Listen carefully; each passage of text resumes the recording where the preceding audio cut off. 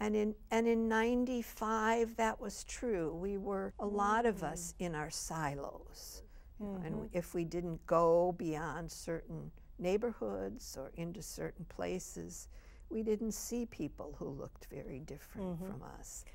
And the silos, I had never, that's a very graphic way of going, you're just in that silo, your own little space, and you're not venturing out and exploring.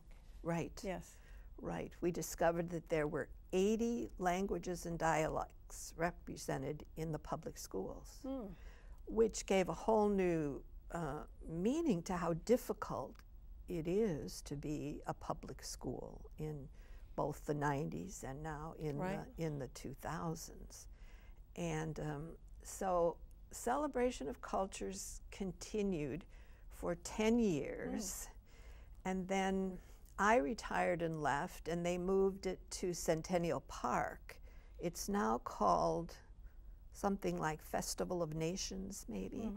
But now they, instead of having 5,000 people, they have 30,000 people or 35,000. Wow, that's really, that's an amazing testament to what you started, and it has grown, and now diversity is such a big thing, and people know it's diversity among the different nations represented that live here, right, in Nashville. That's right. It's pretty amazing. That's right. That's a wonderful legacy. Yeah, it is. If I did nothing else, I would be happy with that. And Scarritt Bennett became known as a place where persons of various races and nationalities could gather safely. Sometimes families would stop and say, at Celebration of Cultures, this is a place we can come, even though we're a racially mixed family, where we feel safe. Feel okay. We don't have to worry about harassment or whatever. And so all those things, I think, I look back on as very positive. Now, I wanted to ask you, because we're coming to the latter part of the show, you look back on, but I know that you have a wonderful poem that I'd like you to read, and also tell us about, now that you are retired, correct? You're retired, and your life is in a bigger transition now because you don't have that work day to go to every day.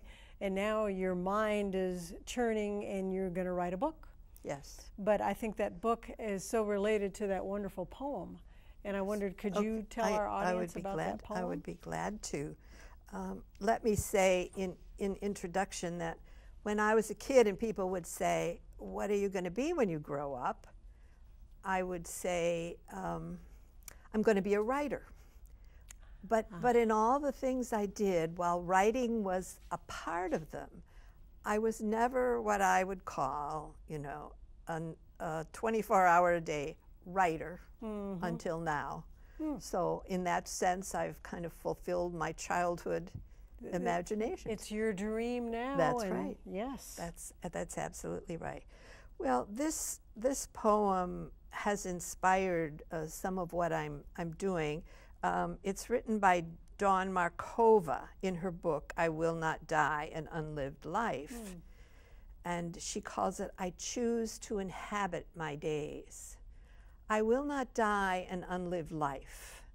I will not live in fear of falling or catching fire. I choose to inhabit my days, to allow my living to open me, to make me less afraid, more accessible, to loosen my heart until it becomes a wing, a torch, a promise. I choose to risk my significance, to live so that which came to me as seed goes on to the next as blossom, and that which came to me as blossom goes on as fruit. And that helped me realize that I was at a point in my life of assessing my life, of saying, what was the purpose? I mean, did I take up space for some reason? Can I look back on a legacy, a gift, something that made my life worthwhile, not only to me, but to the people with whom I lived that life. And has this come about with retirement? Now you're retired and now you read that wonderful poem and now it's like looking at the life, and is that why you have decided to write a book? I think so. I think so. Retirement is an interesting time, which you'll discover someday, in which, in a sense, you have nothing to do. And in a sense, everything presents itself as a possibility to do. And once you get through learning to say no to some things, then you discover what you're going to say yes to. And one of those things for me is I saying, why have I been here? And it's not just an idle question, I think. The older one gets and the more you look at it, the more the question persists about meaning and purpose. I found a phrase that I really liked that I'm using for the title, at least the working title: meaning is the new money. And that means that we've stopped working for money and now we're looking for meaning. And that's that phase in our life that is so important.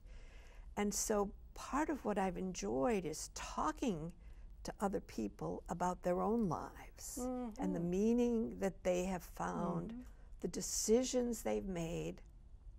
Would they have made the same decisions? Is there one that they regret or something that they let by? I ran across some research that someone who worked with hospice patients did. And she said she began to hear the same things from these dying people about their lives.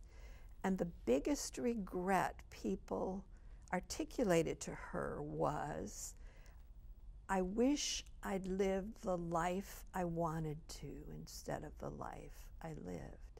Now that is so sad to me. That's profound. To go through your life and realize that it could have been different, that it should have been different. Yes. And I don't want to end my life that way. And I don't want others to end their life that way, if at all possible. And so part of what I'm working on, and it may be a book or it may just be lots of conversations with lots of people, is about finding the meaning and purpose for your life. Carl Jung, the great psychologist, focused on the end of life, and he had many profound things to say, which is fine, but most of us have maybe simple things to say about the direction of our life, how one thing happened to us and it sent us on another path, how we didn't get the job, how our marriage failed, how our what we thought we were going to do wasn't possible, and so we did something else wonderful instead. And so I'm just finding those conversations and that research that I'm doing just very compelling and very interesting. And tell us a little bit about the research. Are you, I understand there's a questionnaire that you're sending out and asking people, and are you only asking people that are older, or are you asking young people? Because to them, when you're 30, you could be, I felt the oldest I ever was in my life when I was 30 years old. So, yes. And it just got better from there. Of course, being a child of the 60s, that probably had something to do with it. Yes, yes. Yeah. I'm very arbitrary. I'm asking the people I'm interested in, and some of them are older, and some of them are younger, and I imagine I'll get different responses from different people. I'm also doing research in the area of letting go, giving up, because this is preparation for the final letting go, which is death.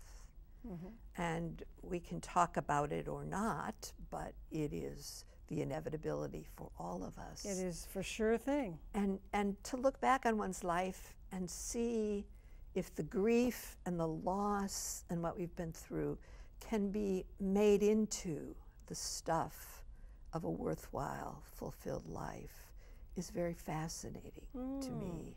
And how grief can become joy or satisfaction, and how loss can be pointing us to another direction in our lives.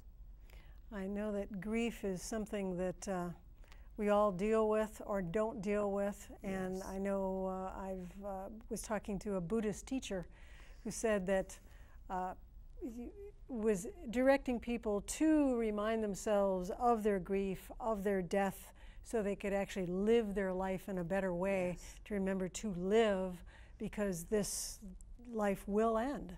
And what are we doing right now with our life? So that's very, very timely, what Yes. you're saying. I think so.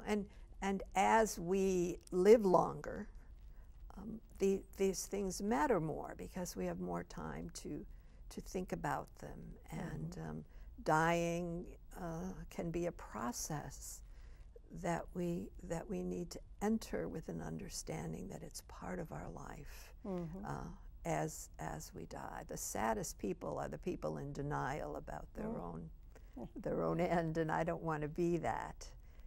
And so that's part of what I'm working on too. And if you had one piece of wisdom to give to our audience out there, having lived your life 60, 70 years, do you have any parting wisdom that you'd like them to know? Goodness. Well, I'm 71 years old, and I guess that's a great question. The wisdom would be that paying attention to our life is probably the most important thing. To not let it slip by, to not let friendships go uncherished. Divisions in families should be fixed so that we face that final letting go, knowing that we did all we could to have a good life. That's wonderful. That's wonderful wisdom. I want to thank you, Carolyn Oehler, for your wisdom. We look forward to your book. And the book the working title is Meaning is the New Money. Yes. Finding Your Purpose, correct? Right. And I welcome anyone to get on our website. And if you would like to be a guest on Transitions, Body, Mind, Spirit, we're open to your ideas. And thank you very much, Carolyn. And we all will see you next week. Thank you.